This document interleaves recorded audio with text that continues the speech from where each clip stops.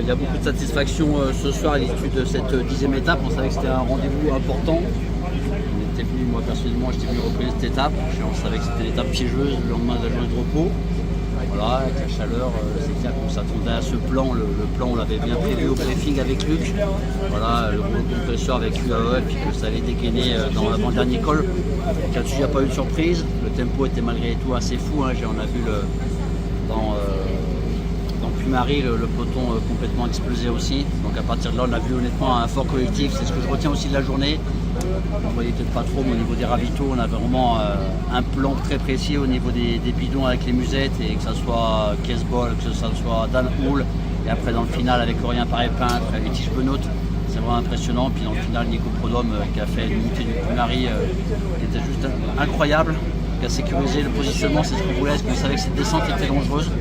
Voilà, donc honnêtement il y a eu un super collectif autour de Paul. Bien sûr, Paul a fini le travail avec cette superbe 3e place. On lui a dit, hein, toujours les bonifications, tu arrives pour le podium. Voilà, ça a été limite avec Lipovic, mais bon, il a réussi à prendre cette 3e place qui est importante psychologiquement. Voilà, donc une journée collectivement parfaite, et pour Paul également, il gratte une petite place au classement général, 5e. Donc honnêtement, une superbe journée aujourd'hui pour l'équipe. Avec un Del Toro qui craque et du coup un podium aussi qui se rapproche, même si je sais que on est très prudent, on parle de meilleur classement général, c'est difficile de ne pas y penser, de ne pas voir qu'il est là, quoi. Oui, on se projette, nous sur cette semaine, on sait qu'il y a 3 rendez-vous importants pour le classement général. C'est le premier aujourd'hui, il y en aura 2 autres samedi et dimanche. Voilà, on ne va pas plus loin pour l'instant. Une fois de plus, je vais le répéter, mais on n'oublie pas que le garçon a juste 19 ans. Voilà, les datas ce matin étaient bonnes. Honnêtement, ce matin on était assez optimiste en disant que Paul était en capacité à faire une belle course. Et voilà, tous les jours on avance un petit peu dans l'inconnu. Voilà, Paul nous épate aujourd'hui, honnêtement, faire 3e ici, c'est assez exceptionnel. Donc on va avancer bien sûr avec de l'ambition, on est gourmand au fil des jours. On sait très bien que voilà, il faut rester prudent et les 2 pieds sur terre, rester humble.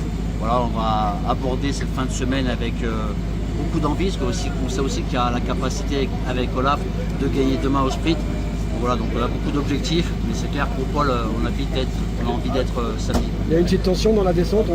Paul nous a dit qu'il sentait limite, notamment qu'il ne sentait pas trop sa roue avant. J'imagine que petite inquiétude de l'étape.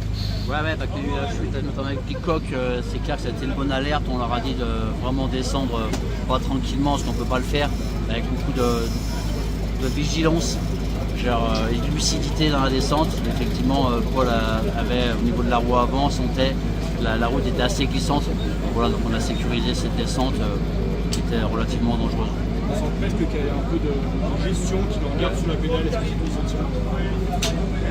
Regardez, je sais pas, je peux vous dire que dans le Pertus, il était full gaz, il nous l'a dit dans le bus, voilà, c'était vraiment rapide. Il a tout donné dans ce col-là, c'était important. Les écarts se sont faits ici par rapport à Del Toro. Il y a Pitcock, on le savait, on l'avait identifié dans le briefing.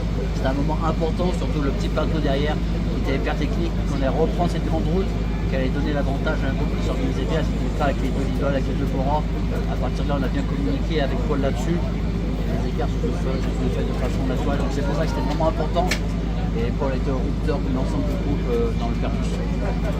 Merci Julien. Merci.